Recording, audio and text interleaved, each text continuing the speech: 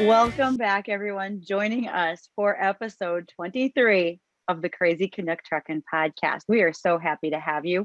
My name is Bridget. I'm the Size Matters Dakotan. I'm co-hosting with Crazy Canuck Dave. Welcome back, everybody. We're glad that you're with us again. And we believe we have a really good show lined up for everybody again. So you have some comments. Oh, actually, what's our 10 code today, Bridget? So today I want to make sure that people understand that we use a 10 code every episode. And today we're going to use 1024.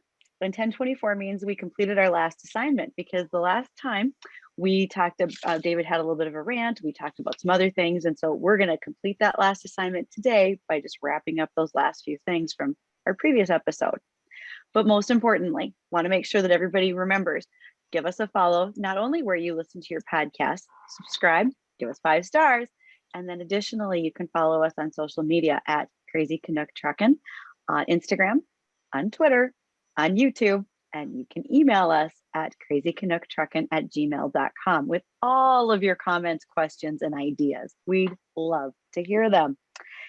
So let's kind of roll into some things. As I said, we were going to wrap up our assignments from last week. So do you have one that you want to start with, David, before I do?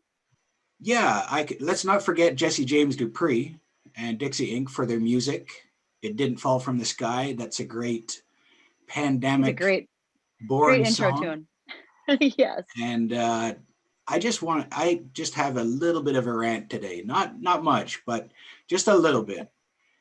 And it's because nowadays it seems like bullying and harassment is getting worse than ever, especially when it concerns anything to do with science. And people seem to think, believe the science. And that's true. But science is not always absolute. If science was absolute, I'd be dead. Because all the doctors and all the people that had science degrees and knew what they're doing, I would be dead. They never gave me a chance to survive. And so we don't know always how things are going to go. So that's my little rant today. Let's not get into bullying or harassment over other people because they have a little bit of different idea or view about anything. What do you think about that, Bridget? Well, I'm the one who asks you all sorts of questions, and as well as questioning our guests, just so I make sure I understand what they're thinking. So I think we're on the same page. Yeah. Speaking of questions, comments, guests, etc., I want to read a comment from a friend of ours. His name is Henry Roberts, and Hank follows up with us. We did. We interviewed him, and he follows us, and we are great friends with him. And so one of the things that Hank mentioned was he was listening to our interview with Terry. No, excuse me, not Terry, Perry. When Perry talked about blowing his steer tire. And what Hank wanted to share with us is, he said, I was driving a semi, I was bobtailing it on the freeway. The entire right steer tire end wheel came off at 60 miles an hour. Truck started sliding. So my first thought was to get this thing to the side of the road. And I was about to stop sliding right at the exit ramp off the freeway. So I actually had to punch the throttle to get the truck to slide forward enough so I was not blocking an exit ramp. I had to sit for a minute or two and collect myself before figuring out what I needed to do next. I'm glad this was a Saturday, and luckily at the end of my day, which was great because my nerves were shot after that. So Perry isn't the only guy that this has happened to, and it is nerve-wracking. I'm glad to say I have not gone through that experience. But for those of you who have not yet watched the video that your dash cam captured, David, to see what happened when that steer tire blew, it's pretty impressive. And Perry kept that whole thing going and upright and got her stopped. Yeah, he showed it to his mechanics, and they were just like, wow, like, can't believe that happened. I've blown a steering tire, and I can tell you from personal experience, it's not fun. And I've run through the ditch because somebody pushed me off. But anyway, it is not fun. And kudos to Perry for saving it. Kudos to Hank for Henry Roberts for with his own case. And not only that, he recognized that his nerves were shot and it was time to stop and take a break. That's not a bad place to be, right? Instead of that, get back up on the saddle. How is about I just take a moment to collect myself? Exactly. And as guys, we don't always do that. We're not very good at that kind of stuff. As humans, we're not always very good at it. Yeah. So What better else? yet, speaking of good humans, who do you want to talk to today? We have a wonderful guest with us today, and she is somebody I consider a friend. She is somebody that I look up to. She has been directly involved in some of my speaking events. She is the leader of Trucking HR Canada, and her name is Angela Splinter. Welcome to our program, Angela. Thank you for coming on our podcast. Oh, thanks for having me, David. I think of you as a friend too. I don't have a rant, and I've never blown a steering wheel or a tire, so I'm like. But you can Well, tell better us yet. how. I'm glad to be here, though. Yeah. So better yet, tell us what things you have done instead of blowing a tire or having a rant. Well, I've done lots of things. David told me at the beginning, this isn't necessarily all about the work that we do. Wants to, talk about some more personal things. I think one thing I will talk about is the speaking engagements that David has done. We've really worked hard at Trucking HR Canada on a variety of initiatives, all HR focused, working to support the industry, getting all the workers that they need. But we look at some key issues, and mental health in the workplace is a key issue. It's a prevalent issue within our industry. And David is really, a good spokesperson and an ambassador for addressing the issue, particularly among males who don't necessarily feel comfortable coming forward. We're just so proud of David doing these speaking engagements and sharing his story, because he's really helping to shed light on this issue. And even now through COVID, we've just done some recent studies. I don't know if you saw those, David, but it is becoming more of a concern in the workplace. So we just want to raise awareness on that. It's great seeing you out there doing that, because you're on the front lines. So we're quite proud of that. Thank you. So I know that you're good friends and you've done a wonderful job of talking about what David does. But Angela, what are things that you do? Well, I've been hunkered down here at home through COVID. We've been full steam ahead here at Trucking HR Canada. I'm very fortunate to have a great team. And one of the positives I think that has come out of COVID is that our industry is now on the radar. People see, the work that you do, David, as truck drivers, and we're proud of that. We're proud to see that, and we're trying to capitalize on that opportunity as well. We're using this time to educate our government, to educate the general public more about what the industry is doing. It's a real opportunity. We're able to access some funding that will benefit the industry. That's my wheelhouse, accessing government funds. That's what I'm hired to do, is making sure that our industry is getting its fair share. So that's what we're doing right now. When we talk about getting Canadians back to work, our industry is at the core of that. So we're, working hard to make sure that we're a delivery partner, and that our industry will be able to, connect with these young people that are all looking for work, the women that have been impacted through COVID. We have jobs. So that's what I'm doing right now. I'm working to connect people with jobs in our industry. Well, speaking of your team, I saw a really funny tweet from you the other day. You mentioned, I thought of it now because you mentioned that you're been hunkered down working at home for so long. Yeah. And tell us about that tweet. I think you have an idea of what tweet I'm talking about. Yes, we have our team chat, and with the team, everyone is tired, as you know. We have some staff with young kids at home. We know when the kids have gone back to school, because they show up at the Monday morning meeting like so excited because they're finally getting a break. But we try to lighten it up with humor with our team. We have Tunes Thursday. Everyone shares their favorite tune. We get into things. But one of my colleagues, I thought it was hilarious. when it snowed on Wednesday this week. He sent a note to the team chat. He was really sorry, late in getting back to us, but because of the snow, he's going to work from home. Another way to lighten up the day. You know, you need to do those things. You know, we're working right independently in our homes.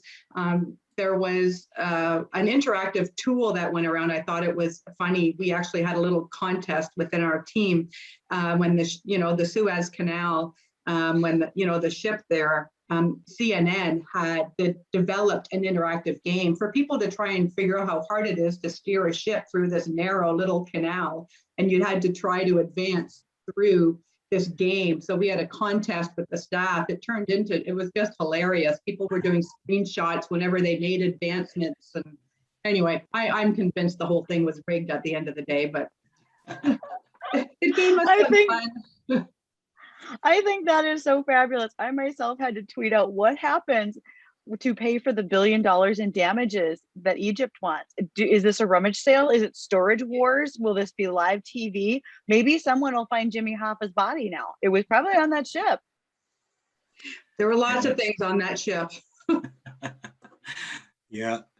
So Angela, I always like to find out about the people I interview, and some of my American friends will love that. We were talking about that yesterday, kind of getting off track here with some of my American friends and family, like, oh, say this word or say that word. You know, it's like they think our accent is funny. Oh, we can entertain. Oh, yeah. Yeah. Just like Bridget with her semi, right? Yeah. I'm a semi, you're a semi, but I can't wait to hear some of you talk about eating pasta in your garage. Oh, yeah. Moving on.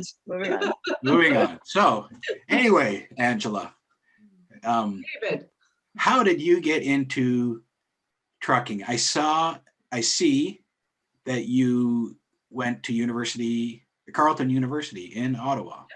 Yeah. So you came out of high school. What was your dream coming out of high school? I didn't have a dream coming out of high school. I traveled. I loved school, to be honest with you. I probably would have continued doing school. But I'm one of 7 children. So I had to put myself through school. I certainly didn't have, parents with lots of money to help do that. So I had lots of loans to pay, but I traveled. And the first job that I had was working with an organization that supported cooperatives and credit unions across the country. It was an association, and they did international development work. So at that time, I got really involved in the international development work. And, young and single at the time, I traveled the world, and it was fascinating.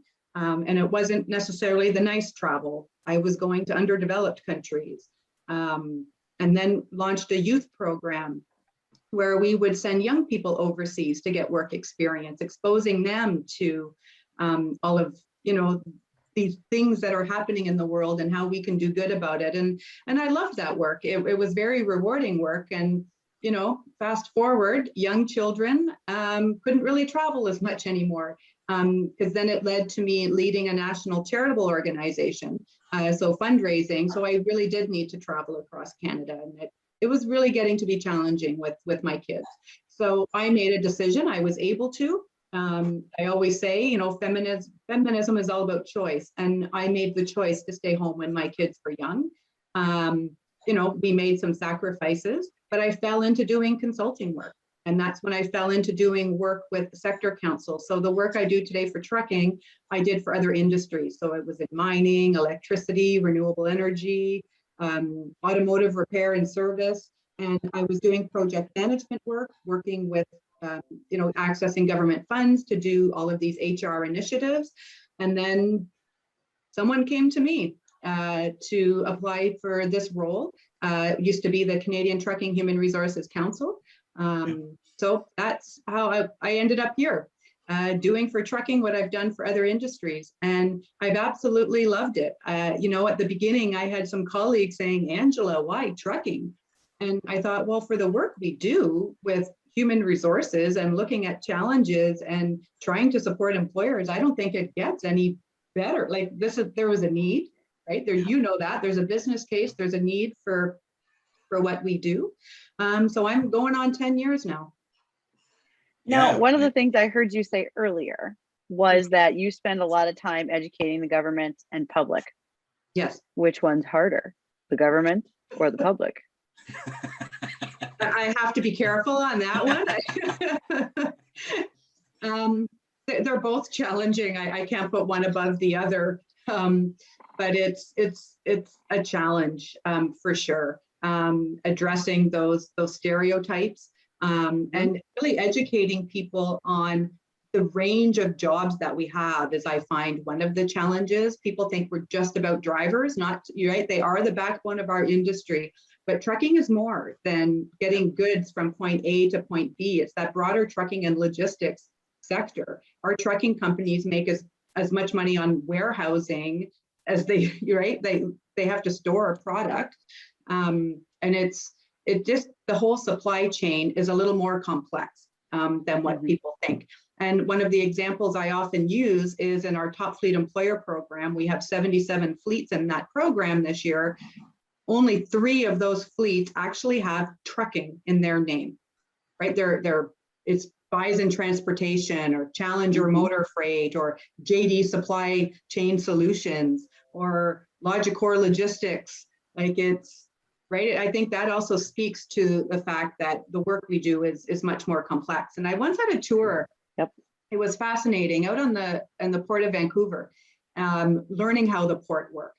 It was a company who services the port, and it was so educational for me. They bring all of the containers in. They can store these containers 8 high. Their biggest client, I think at the time, was Canadian Tire, and all of that patio furniture and barbecues, everything that we're seeing out in the store now. I mean, you know this, David, you were hauling that in January, right? That was coming off the ship then, and then going out, but they have to store all of those things. And just how the whole supply chain, how it goes, you know, from the ship to the train, to the truck, to the shelf. It's more complex than people think, which also means there's a lot of jobs, right? We employ 650,000 people. It's huge. Our industry is huge. Yeah, that's something people don't understand. You know, when the stuff started hitting last year and supply chain was interrupted, you know, the next month or two, people are like, we don't see anything wrong. It's all going good. I'm like, no. Oh no, give it time. Yeah, and now we're really feeling the effects. Now we have part shortages. Now we have chip shortages. We have shortages of all kinds of stuff, and the ship going sideways in the Suez Canal. Like, they may not have been destined for us, but some other ships there were, possibly, and it's all affecting us. Absolutely, so, you saw all the containers on that one ship. And what was it I read at one point? There were 32 or 33 more ships behind that were just stuck there. Yeah. Yeah. And think about the ones that rerouted, though. There were ships that rerouted a different way. And so that disrupted their time frame. Instead of just sitting and waiting, now wherever they're going on their route is going to take longer too. Yeah. When we get rerouted for a crash or a closed road, we don't usually have to travel thousands of miles out of the way. Right. You know, in a storm, in a hurricane, stuff like that. Right. You know, a few hundred miles out of our way, but those ships, if they had to go around Cape, the Horn of Africa or something, you know, that's a lot of extra miles. There's a reason why there's the Suez Canal. Yeah. So.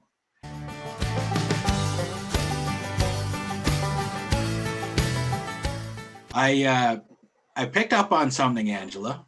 I remembered something from the past, and you're talking about going and I don't know if you're backpacking, but you're traveling in places that you weren't going on cruises, what you were talking about. And I remember you telling me about your son he bought this van and he was living out of this van. So the apple doesn't fall far from the tree, right? And you were like, oh no, like it's really And I didn't know that you had done that yourself. There's something kind of similar. So what do you think, when you were doing this, what was your mother thinking at that time? She was, now you have some insight on how she must have been feeling because you saw your son doing the same thing. Absolutely. Yeah. My mom, was worried, but I think she was very proud too. My mom is a very religious person, and I think she saw the good that was happening. But I certainly understand the parent worry. My son is in Mexico right now, actually. Okay. So, we do check-ins regularly. Of course, we just want him safe. But Right. yeah. Was he in New How do you Zealand or remember that, David? Australia or New Zealand at that time? He was in New Zealand. New So Zealand, he saved up his money, as I mentioned to you, and he bought himself a van, and he toured the whole country, and he lived out of his van. That's what they do, I guess. But of course, we were just nervous because, not knowing, sometimes we wouldn't hear from him for several days simply because he didn't have a signal. But he knows now because he's in Mexico, because of what's going on in the world. If we reach out, you have to get back to us that day. We need to know you're okay. Right. Don't let this hold off for a while. Exactly. So speaking of making sure that everybody's okay, and before we got to today, we talked about past health and life experiences. And you yourself are in remission right now, Angela. Tell me your story. Sure. I was diagnosed with Hodgkin's lymphoma in the summer of 2017. It just all happened quickly. I'm not in a risk group for it. I live a healthy lifestyle. It was very bizarre how quickly it all happened. I was in treatment quickly because it was advanced. I joked at the time, I thought I was inventing stage 5 of cancer because it just spread so quickly. It's just crazy that way, right? Cancer is aggressive, but we are very fortunate in Canada to have the healthcare system that we have that moves everything along so quickly. So I was in treatment. I had 12 chemotherapy treatments. I did it in a very quick time frame. My doctor even told me she was surprised that I had no delays, but I made it my full-time job to fight cancer. I think I was very fortunate that I was able to. I remember the board of directors, they just said, Angela, as I told them, I'm stepping back, and everyone stepped up. And I think that speaks to the people in this industry as well. I was inundated with people expressing their concern. What could they do? It just showed the human side of the people within our industry, and I felt so supported. At one point, it even became a little hard. I once said to someone, it's almost as though you're being eulogized while you're alive, because people, and because they were telling me nice things like, David, like, Angela, we need you, we want you back. And it was very encouraging, but, difficult in another level. It's kind of hard to explain. Right. It's a treatable cancer. Many of the cancers today are. The advancements they've made are phenomenal. Like I've often said, like people get tired perhaps of fundraising for cancer, but all of that fundraising we do, right? We walk, we run, we wear pink, we wear plaid, we do all this, and it has improved treatments. They're able to reduce the side effects, right? Because going through chemo is very challenging. It's, you're being injected with a toxic bomb, but that toxic bomb works, and that toxic bomb kills cancer. Right. But they're able to reduce those side effects, which makes it easier. And even today, detecting it easier. I'm in remission. Like I go for follow-up regularly. Like they've got it down to this science of, able to catch anything quickly. They know what to look for. They know the schedule I need to go in on. So it's great. So I feel, fine. I'm 3 years. I've got 2 more years to go. I can say I'm cancer-free. So I'm looking forward to that. But, yeah. I really appreciate it during that time. Like I mean, I know you better now than I did then, but I did reach out to you. It was devastating to hear that you were fighting cancer, and it really touched me that you actually responded back to me. And I didn't feel that you had to, but that shows, Bridget, that shows the character of Angela, that she Yes. responded to just some truck driver out in Western Canada that had just some met her truck once. driver. You know, but I'm not one of the I'm not one of the heads of anything, or you know, it just it touched me that you would respond to me, and I appreciated that, Angela, that you did that. Well, I appreciated you reaching out. I mean, that's what I mean.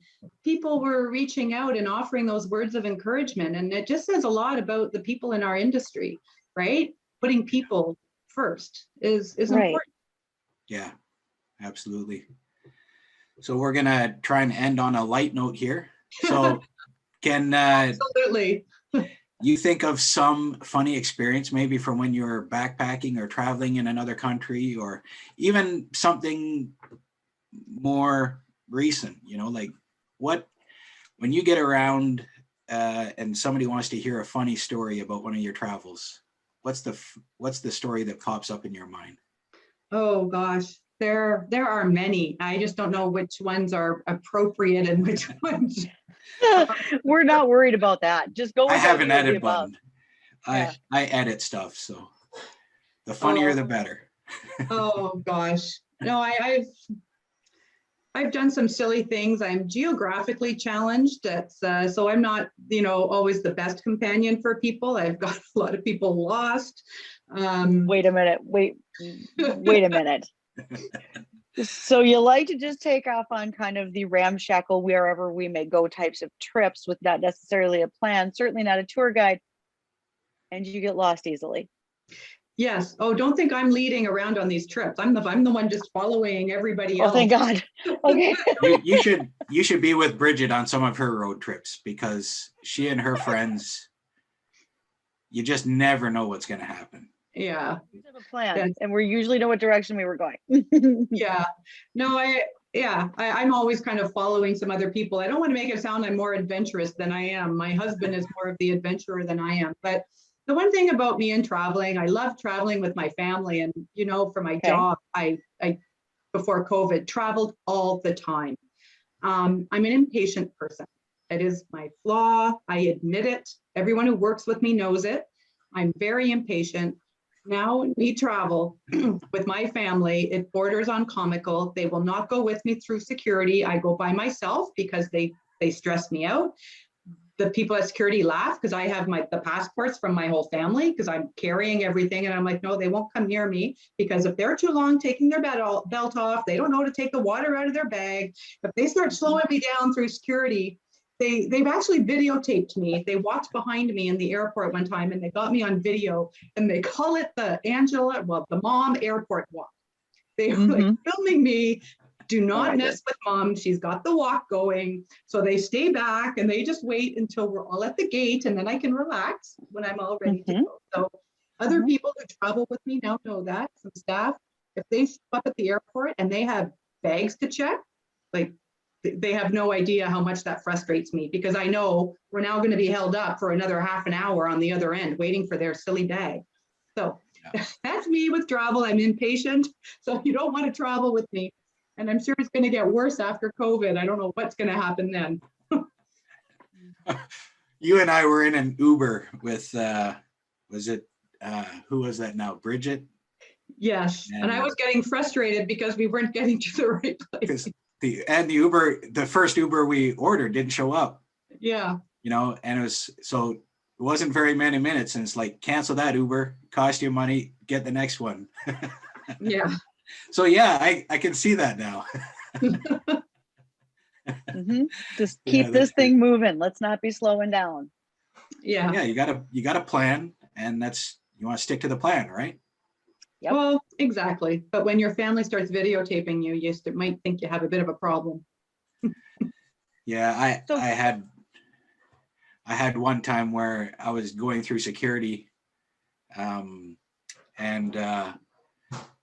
it was a stressful time. I was down in Florida doing doing some of the court related stuff for a crash down there that laid me up for a long time.